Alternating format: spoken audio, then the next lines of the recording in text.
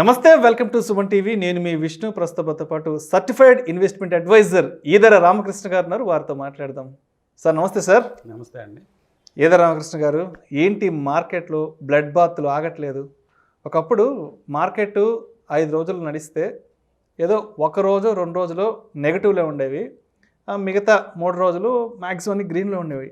ఈ మధ్య మార్కెట్ 5 రోజులు పెర్ఫామ్ చేస్తే 4 రోజులు బ్లడ్ బాత్లు వస్తున్నాయి, ఒక రోజు అయితే గ్రీన్లో ఉంది. అయితే ఇంతటి మార్కెట్ బ్లడ్ బాత్లో కూడా మొన్న నేను చూశాను మీ టెలిగ్రామ్ ఛానల్ స్ట్రాడిల్ స్టోరీస్లో మీరు June 16th 50 lakhs profit book చేశారు. తర్వాత జూన్ 17th శుక్రవారం రోజున 10 lakhs ప్రాఫిట్ చేశారు. ఇంతటి బ్లడ్ బాత్లో కూడా మరి అంత పెద్ద మొత్తంలో ప్రాఫిట్ ఏ విధంగా బుక్ చేశారు? దీని వెనక ఎలాంటి స్ట్రాటజీ ఉందంటారు? ముఖ్యంగా 50 lakhs బుక్ చేసింది, 10 lakhs బుక్ చేసింది, ఇదంతా ఇంట్రాడే ట్రేడింగ్ అండి. కేవలం ఒక రోజులోనే, అంటే పొజిషన్స్ సేమ్ డే బిల్డ్ అవుతాయి, అదే రోజున మనం పొజిషన్స్ క్లోజ్ చేస్తూ ఉంటాము. ఇక్కడ మనం అబ్సల్యూట్ నెంబర్స్లో మీరు అన్నట్లు 50 lakhs గురువారం సంపాదించడం, అట్లాగే 10 lakhs శుక్రవారం సంపాదించడం అని కాకుండా పర్సంటేజ్ టర్మ్స్లో మనం చూడాలి. పర్సంటేజ్ టర్మ్స్లో చూస్తే దాని వెనకాల బ్యాక్ ఎండ్లో ఒక 5 crores క్యాపిటల్ మార్జిన్ మనీ ఉందండి. అంటే మనం ఇంట్రాడేలో కూడా 10% గురువారం సంపాదించడం జరిగింది, అదే శుక్రవారం ఒక 2% సంపాదించడం జరిగింది మన క్యాపిటల్ మీద. అంటే ఈ నెంబర్స్ కూడా పెద్ద నెంబర్స్ కింద మనం అనుకోవాలి. ఎందుకంటే 10% ఒకే రోజులో సాధించడం అనేది అంటే ఆల్మోస్ట్ మన బ్యాంక్ ఇంట్రెస్ట్ని 2 times సంపాదించినట్టు, సంవత్సరాలు ఇచ్చే బ్యాంక్ ఇంట్రెస్ట్ని 2 times ఒకే రోజు సంపాదించినట్లు. అంటే దీని వెనకాల పెద్ద స్ట్రాటజీస్, అంటే ఆప్షన్ స్ట్రాటజీస్ మనంలో ట్రేడ్ చేస్తూ ఉంటాము. అంటే దీని వెనకాల పెద్ద గ్రేట్ స్ట్రాటజీ అలాంటిది ఏం లేదండి. సింపుల్ బేర్ కాల్ స్ప్రెడ్స్ మనం ఈ స్ట్రాటజీని ఇంప్లిమెంట్ చేశాం. అంటే మన ఛానల్లో ఆప్షన్స్ గురించి చాలామంది చెప్పే ఉంటారు. సో ఈ బేర్ కాల్ స్ప్రెడ్ అంటే అర్థమని కాల్ అమ్మి దానిపైన ఉన్న కాల్స్ని కొనుక్కుంటాం అనమాట. ఇట్లాంటి స్ట్రాటజీస్తోనే మనం ట్రేడ్ చేయడం జరిగింది. మార్నింగ్ ఆ రోజున మనం సహజంగా చేసే స్ట్రాడిల్స్ చేస్తూనే వాటిలో కొద్దిపాటి నష్టాన్ని 11 o'clock కల్లా బుక్ చేయడం జరిగింది. తర్వాత డైరెక్ట్గా బేర్ కాల్ స్ప్రెడ్స్ తీసుకొని మనం ఆ స్ట్రాటజీ ద్వారా మనం ఈ పెద్ద మొత్తం సంపాదించడం జరిగింది. ఎందుకంటే రీసెంట్ టైమ్స్లో ఈ మధ్య కాలంలో ప్రాఫిట్ బుక్ అయింది, ప్రాఫిట్ బుక్ చేసాము అని ఒక మంచి పాజిటివ్ న్యూస్ నేను మీ దగ్గర నుంచే వింటున్నా. ఎందుకంటే 2022 మొదలైన దగ్గర నుంచి మార్కెట్ అతలాకుతలం అయిపోతుంది, పోర్ట్ఫోలియోలు నెగిటివ్లోకి వెళ్ళిపోయి గల్లంత అయిపోతున్నాయి. అంటే ఇటువంటి టైంలో అంత ప్రాఫిట్ ఏంటి అసలు, ఎట్లా చేయగలిగారు అసలు? అంటే మనము ముఖ్యంగా షార్ట్ టర్మ్ స్ట్రాటజీస్ అట్లాగే ఇంట్రాడే స్ట్రాటజీస్ మీద ఎక్కువగా ఫోకస్ చేస్తున్నాం. ఈ మధ్యకాలంలో ఒక పెద్ద కార్పొరేట్ అకౌంట్ హ్యాండిల్ చేయడం ద్వారా ఈ కార్పొరేట్ అకౌంట్లో ఉన్న ఫండ్స్ని పర్ఫెక్ట్గా యూజ్ చేసుకొని వాటిని టైమ్లీ మనము రైట్ స్ట్రాటజీస్ ఇంప్లిమెంట్ చేయడం ద్వారా కన్సిస్టెంట్గా ప్రాఫిట్ సంపాదిస్తూ ఉన్నాం. కాకపోతే ఈ మధ్య వాటిని పబ్లిక్లో రివీల్ చేయడం, వాటిని పబ్లిష్ చేయడం జరిగింది. అందువల్ల కొంత వైరల్, అంటే సర్కిల్స్లో వైరల్ అవ్వడం జరిగింది. అంతకుముందు గత 2-3 నెలల నుంచి ప్రాసెస్ జరుగుతున్నప్పటికీ మనం కొంత గోప్యంగా ఉంచడం జరిగింది. ప్రస్తుతం ఇంకా అవసరం లేదు, ఎవరికైనా స్ట్రాటజీస్ అంటే పబ్లిక్గానే రివీల్ అవుతాయండి. మనం ఎప్పుడైతే MTMs పోస్ట్ చేస్తుంటామో ఏం చేస్తున్నారనేది అందరికీ క్యూరియాసిటీ ఉంటుంది. సో స్ట్రాటజీ అనేది జస్ట్ ఏ కమ్యూడిటీ అండి. అంటే ఒక సాల్ట్ ప్యాకెట్ ఎంత ఖరీదు ఉంటుందో అంత ఖరీదులో మనకి ఏ స్ట్రాటజీ అయినా దొరుకుతుంది. అంటే దీన్ని ఎలా కంపేర్ చేయొచ్చు అంటే రైట్ చెఫ్ ఇంపార్టెంట్ వంట వండడానికి. అంటే ఏ టైంలో దించాలి వంటని, ఏ టైంలో ఎంత సాల్ట్ వేయాలి, ఎంతసేపు ఎలా కుక్ చేయాలనేది ప్రాసెస్ ఉంటుంది. ట్రేడింగ్ కూడా అంతేనండి. స్ట్రాటజీ అనేది మీరు యూట్యూబ్లో సెర్చ్ చేస్తే మీకు thousands ఇంకా lakhsలో కూడా స్ట్రాటజీస్ దొరుకుతూ ఉంటాయి. కానీ ఆ స్ట్రాటజీస్ అవన్నీ పనిచేయవు మనకి. అంటే మనకి రియల్గా వర్క్ చేసేటప్పుడు పనిచేయవు. ఎందుకంటే ఇంప్లిమెంటేషన్ నాలెడ్జ్ ఉండదండి చాలామందికి. అంటే ఇంప్లిమెంట్ ఎలా చేయాలి, ఆ స్ట్రాటజీని ఎలా ఇంప్లిమెంట్ చేయాలి, ఆ ప్రాసెస్ ఎలా నేర్చుకోవాలనేది సరిగ్గా తెలియదు. ఆ ప్రాసెస్ని కరెక్ట్గా చేసినట్లయితే ఈజీగా మనం డబ్బును గణించడానికి అవకాశం ఉంటుంది. అయితే జూన్ 16th గురువారం డెరివేటివ్ క్లోజింగ్ కదా. సో డెరివేటివ్ క్లోజింగ్లో కూడా ఏంటి అసలు, ఎట్లా హ్యాండిల్ చేయగలిగారు? అంటే ఈ స్ట్రాటజీలో సింపుల్గా మనం కాల్ ఆప్షన్స్ అమ్మటం జరిగిందండి. కాల్ ఆప్షన్స్ అమ్మటం వల్ల మార్కెట్ పడిపోతే లాభం వస్తుంది. మార్కెట్స్ ఎప్పుడైతే పడిపోతూ ఉంటాయో కాల్ ఆప్షన్ అమ్మిన వాళ్ళకి డబ్బులు వస్తాయి.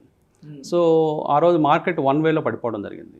పర్టికులర్గా బ్యాంక్ నిఫ్టీ స్ట్రైట్ అవే ఒక బ్యాంక్ నిఫ్టీ అయితే 700 పాయింట్లు, నిఫ్టీ అయితే 300 పాయింట్లు, 400 పాయింట్లు పడిపోవడంతో ఆల్మోస్ట్ ఆప్షన్స్ అన్నీ కూడా ఆ సేమ్ డే ఆప్షన్స్ జీరో అయిపోవడం జరిగింది. సో మనము ఆ రోజు ఆప్షన్స్, వీకెండ్ ఆప్షన్స్ అంటే సెటిల్మెంట్ ఆప్షన్స్ అన్నీ కూడా అదే రోజు మనం జీరో చేసి ప్రాఫిట్ బుక్ చేయడం జరిగింది. సో దాదాపుగా మధ్యాహ్నానికే మనం 40 lakhs 41 lakhs ప్రాఫిట్ సంపాదించడం జరిగింది 2:30 గంటలకి. దాని తర్వాత మళ్ళీ 3:30 గంటలకి అంటే మార్కెట్ క్లోజింగ్ టైంకి ఏవైతే సేమ్ డే సెటిల్మెంట్ ఉంటాయో, అంటే గురువారం 16వ తేదీ సెటిల్మెంట్ ఉంటాయో అవన్నీ కూడా దాదాపుగా జీరో అయిపోవటం, ఆప్షన్స్ అన్ని జీరో అయిపోవడంతో మనం 50 lakhs దాకా ప్రాఫిట్ బుక్ చేయడం జరిగింది. తర్వాత రోజు కొన్ని పొజిషన్స్ నెక్స్ట్ వీక్ సెటిల్మెంట్ ఉన్నాయి, అవి నెక్స్ట్ వీక్ సెటిల్మెంట్వి శుక్రవారం ప్రాఫిట్ బుక్ చేయడం జరిగిందండి. ఆ ప్రాఫిట్స్ దాదాపుగా 10 lakhs ఉన్నాయి. ఈదర్ రామకృష్ణ గారు, అదేవిధంగా ఈ స్ట్రాటజీస్ని ఎగ్జిక్యూట్ చేయడం అనేది చాలా కష్టం అని చెప్తుంటారు. అయితే ఈ కొత్త వాళ్ళు అసలు దీన్ని ఏ విధంగా అర్థం చేసుకొని దీన్ని ఏ విధంగా ఎగ్జిక్యూట్ చేయాలి, ఎందుకు ఎక్కువ మంది ఫెయిల్ అవుతుంటారు ఈ స్ట్రాటజీస్ని ఇంప్లిమెంట్ చేయడంలో? ఇందాక మనం అనుకున్నట్లు యూట్యూబ్ కనుక సెర్చ్ చేసినట్లయితే కొన్ని లక్షల స్ట్రాటజీస్ దొరుకుతూ ఉంటాయి. సో ఈ స్ట్రాటజీస్లో కొన్ని పాపులర్ స్ట్రాటజీస్ ఉంటాయి. ఆప్షన్ స్ట్రాటజీస్లో మీరు లెక్కలేని స్ట్రాటజీస్ యూట్యూబ్లో అవైలబుల్గా ఉన్నాయి.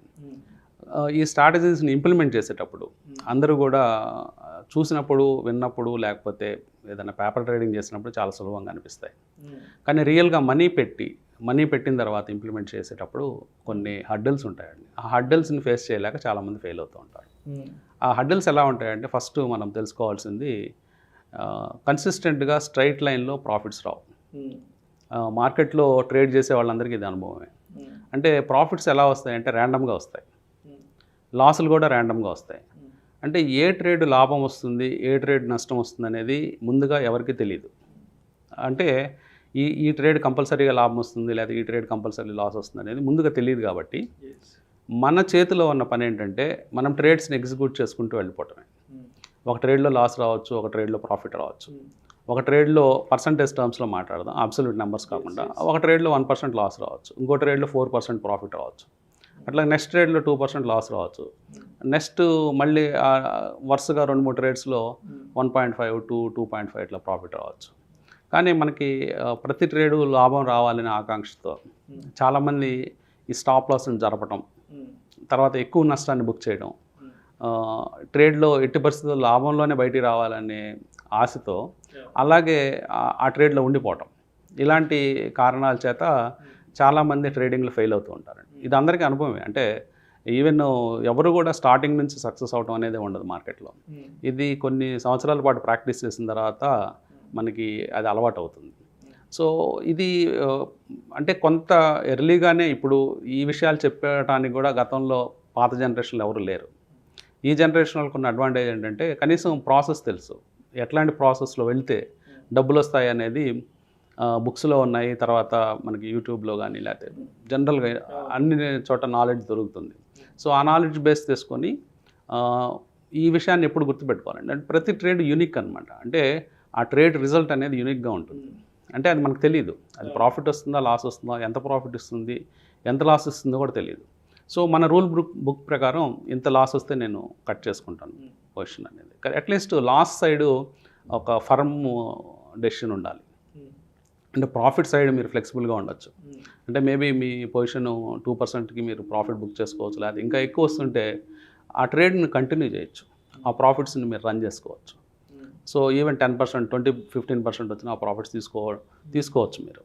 కానీ లాస్ సైడు అట్లా మనం ప్యాసివ్గా ఉన్నా లేకపోతే లేజీగా ఉన్నా కానీ, ఫ్లెక్సిబుల్ లేకపోయినా కానీ భారీ నష్టాలు చవిచూసే అవకాశాలు ఉంటాయి. సో వీలైనంత వరకు మన క్యాపిటల్ని ప్రొటెక్ట్ చేసుకుంటూ, మన క్యాపిటల్ ఎప్పుడు కూడా 2% ఓవరాల్ క్యాపిటల్ ఒక ట్రేడ్లో ఒక 2% కంటే పోకుండా చూసుకోవాలి. మెయిన్గా ఈ విషయాన్ని అర్థం చేసుకోగలిగితే ఎంత తొందరగా, అంటే ప్రతి ట్రేడ్లో రిజల్ట్ మనకు తెలియదు, అట్లాగే ఈ ట్రేడ్స్ అన్నీ ర్యాండమ్గా ఉంటాయి, ట్రేడ్ రిజల్ట్స్ అనేవి ర్యాండమ్గా ఉంటాయి అనే విషయాన్ని ఫస్ట్ తెలుసుకోవాల్సిన పాయింట్ అండి. దీని తర్వాత ముఖ్యంగా తెలుసుకోవాల్సిన విషయం ఏంటంటే డ్రాడౌన్ అంటే ఏంటంటే మన లెడ్జర్ ఎంతవరకు నష్టపోతుంది ఒక వర్స్ట్ పాయింట్ ఆఫ్ టైంలో. అంటే మనం ట్రేడ్స్ చేసుకుని వెళ్ళే ప్రాసెస్లో మనం ఎంతవరకు ఈ స్ట్రాటజీని మనం కంటిన్యూ చేయొచ్చు. అంటే 20% నష్టం వచ్చేదాకా కంటిన్యూ చేస్తామా, 15% నష్టం వచ్చేదాకా కంటిన్యూ చేస్తామా అనే దాన్ని డ్రాడౌన్ అంటారు. అంటే ఒక స్ట్రాటజీ ఎంత నష్టపరుస్తుంది మనం ఆ చేసే ప్రాసెస్లో. మనం ఫస్ట్ అనుకున్నట్లు ఎలాంటి రిజల్ట్ వచ్చినా మనం ట్రేడ్ చేయడానికి సిద్ధపడినప్పుడు, మనం ఒక మిషన్ లాగా ట్రేడ్ చేసుకుంటూ వెళ్ళే ప్రాసెస్లో ఆ స్ట్రాటజీ ఎంత నష్టం ఇస్తుంది మనకి. అంటే ఆ నష్టం అనేది 15%, 20% అనేది మనకి కొంత బ్యాక్ టెస్ట్ రిపోర్ట్స్లో తెలుస్తుంది. ఈ బ్యాక్ టెస్ట్ రిపోర్ట్స్లో తెలిసిన తర్వాత మనము ఈ స్ట్రాటజీని ఇంప్లిమెంట్ చేయడం మొదలుపెట్టిన తర్వాత రియల్గా లాస్ వస్తుంది, రియల్గా డ్రాడౌన్ వస్తుంది. ఆ డ్రాడౌన్ని చాలామంది భరించలేరు. అది మెయిన్ ప్రాబ్లం అండి. అంటే ట్రేడింగ్లో వచ్చే మెయిన్ ప్రాబ్లం అదే అందరికీ సైకలాజికల్గా. అంటే ఒక 15% నష్టపోయిన తర్వాత లేదా ఒక 20% నష్టపోయిన తర్వాత ఈ స్ట్రాటజీ కరెక్ట్ కాదని వేరే స్ట్రాటజీకి జంప్ అవుతూ ఉంటారు. ఆ జంప్ అయ్యే ప్రాసెస్లో మళ్ళీ ఆ స్ట్రాటజీలో కూడా డ్రాడౌన్స్ ఉంటాయి. ప్రతి స్ట్రాటజీలో డ్రాడౌన్ ఉంటుంది. ఈ డ్రాడౌన్ని ఎంత బాగా అర్థం చేసుకుంటారో వాళ్ళంత సక్సెస్ఫుల్ అవ్వడానికి ఛాన్స్ ఉందండి మార్కెట్లో. సో మీరు ముందుగా ప్రిపేర్ అవ్వాలి. ఎంత డ్రాడౌన్ వస్తుంది అనేది మీకు ముందుగా అర్థం చేసుకోవాలి. బ్యాక్ టెస్ట్ రిపోర్ట్ ద్వారా ఇంప్లిమెంట్ చేసేటప్పుడు కూడా ధైర్యంగా, అంటే 4 ట్రేడ్లు నష్టం వచ్చిన తర్వాత 5వ ట్రేడ్ వేయాలంటే చాలా జంకుతారు. అంటే 5వ ట్రేడ్ కూడా నష్టం వస్తుందని మన సైకాలజీలో చెప్తూ ఉంటుంది. సో 5వ ట్రేడ్లో మీరు ఎట్టి పరిస్థితుల్లో లాభం తెచ్చుకోవాలని మనం ఉండకూడదు. అట్లాగే లాభం వస్తే ఎంతవరకు లాభం వస్తుందో అంతవరకు తీసుకోగలిగే టెక్నిక్, టూల్స్, ఆ టాక్టిక్స్ మీకు ఉండాలి. సో ఇదంతా ప్రాసెస్ అంటాం. ఈ ప్రాసెస్ పర్ఫెక్ట్గా నేర్చుకున్న వాళ్ళు మాత్రమే ట్రేడింగ్లో సక్సెస్ అవుతారు. అందుకని నేను స్ట్రాటజీని ఎప్పుడు కూడా జస్ట్ ఒక చిన్న కమ్యూనిటీతో పోలుస్తాను. అంటే బజార్లో కొనుక్కునే కమ్యూనిటీ లాగా ఉంటుంది. మీరు 1000 రూపాయలకు కొనుక్కోవచ్చు, 500 కొనుక్కోవచ్చు, ఫ్రీగా పొందొచ్చు. కానీ ఇంప్లిమెంటేషన్ అనేది అది అల్టిమేట్. అయితే రామకృష్ణ గారు, ఇప్పుడు అంటే మీరు చెప్పిన ఈ స్ట్రాటజీస్, ఈ విషయాలన్నీ కూడా మార్కెట్లో ఎప్పటి నుంచో ఉన్న వాళ్ళైతే ఈజీగా హ్యాండిల్ చేసుకోగలరు. బట్ కొత్తగా చాలామంది మార్కెట్లోకి వచ్చేసారు. మరి 2022లో కొత్తగా మార్కెట్లోకి వచ్చిన వాళ్ళకి ఈ బ్లడ్ బాత్లు చూసి అసలు అర్థం కావట్లేదు. ఏ విధంగా హ్యాండిల్ చేసుకోవాలి, సైకలాజికల్గా మనం ఏ విధంగా సెట్ అవ్వాలి ఏంటనేది. సో మరి కొత్తగా మార్కెట్లోకి వచ్చే వాళ్ళకి, కొత్తగా ఈ బ్లడ్ బాత్ల్ని చూస్తున్న వాళ్ళకి మీరు ఎటువంటి సలహాలు, సూచనలు తెలియజేస్తారు? అంటే మార్కెట్లో ఉన్న వర్డ్స్ ఇవన్నీ అండి. బ్లడ్ బాత్ అనేది ఇదంతా ఏంటంటే అంటే ఇది ఇప్పుడు జరుగుతున్నది నథింగ్ అండి. అంటే అసలు వర్స్ట్ మీరు చూడలేదన్నమాట. ఓకే.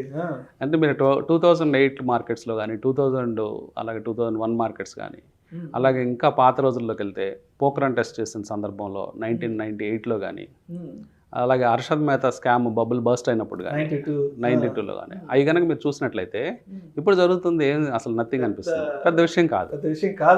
కాదు. కానీ చాలామంది పోర్ట్ఫోలియోస్ దారుణంగా దెబ్బతిన్నాయి. అంటే పోర్ట్ఫోలియోస్ 40%, 50% ఎరోడ్ అయిపోవడం మనం చూస్తున్నాం. నన్ను చాలామంది అడుగుతున్నారు, మార్కెట్లో కొత్తగా వచ్చిన వాళ్ళు, ఈ బ్లడ్ బాత్ అంటున్నారు కదా, ఈ టీవీలో చెప్తున్నారు, ఏంటన్నా ఈ బ్లడ్ బాత్ అంటే అడుగుతున్నారు. అంటే మీరు అడుగుతున్నట్టు కొత్త ఇన్వెస్టర్స్ చాలా ఫండమెంటల్స్గా, అంటే ఎలాంటి స్టాక్స్లో ఇన్వెస్ట్ చేయాలి, ఆ పీ రేషియోస్ ఏంటి, అంటే ప్రైస్ ఎర్నింగ్స్ రేషియోస్, ఇట్లాంటి చిన్న చిన్న వర్డ్స్ కూడా తెలియకుండా స్టాక్ మార్కెట్లోకి ఎంటర్ అయిపోయారు. సో ఇది కాస్ట్లీయా, లేకపోతే ఇప్పుడు ఉన్న ప్రైస్, అంటే మంచి కంపెనీ కావచ్చు, కొన్ని కంపెనీలు మంచి కంపెనీస్ ఉంటాయి, కానీ పీ రేషియోస్ అబ్నార్మల్గా ఉన్నాయి. ఎంత అబ్నార్మల్గా ఉన్నాయంటే వాటి ఆదాయాలు 80 సంవత్సరాలు, 100 సంవత్సరాలు కలిపితే కానీ ఆ కంపెనీని కొనలేము, అంత ఎక్స్పెన్సివ్గా ఉన్నాయన్నమాట. అంటే ఈ చిన్న చిన్న విషయాలు తెలియకుండానే మార్కెట్లోకి వచ్చిన వాళ్ళకి కొన్ని ఇబ్బందులు తప్పవండి. సో వాళ్ళు అందరూ అంటే మనం మూల్యం చెల్లించుకుంటారు. అంటే ఆ నాలెడ్జి లేకుండా, అంటే ప్రాపర్ నాలెడ్జ్ లేకుండా. నాలెడ్జ్ అంటే ర్యాండమ్గా ఉంది. ఇప్పుడు ర్యాండమ్గా కాకుండా ఒక ప్రాపర్ నాలెడ్జ్ ఉన్నట్లయితే సర్వైవ్ అవ్వడానికి ఛాన్స్ ఉంది. Thank you sir. Thank you so much either Ramakrishna గారు. మార్కెట్లో ఇంత బ్లడ్ బాత్ జరుగుతున్నా సరే మీరు బుక్ చేసిన ప్రాఫిట్స్ గురించి, అదేవిధంగా మీరు ఇంప్లిమెంట్ చేస్తున్న స్ట్రాటజీస్ గురించి మన ప్రేక్షకులకు చాలా క్రిస్టల్ క్లియర్గా ఎక్స్ప్లెయిన్ చేశారు. Thank you so much sir. Suman TV ప్రేక్షకులకు ధన్యవాదాలు.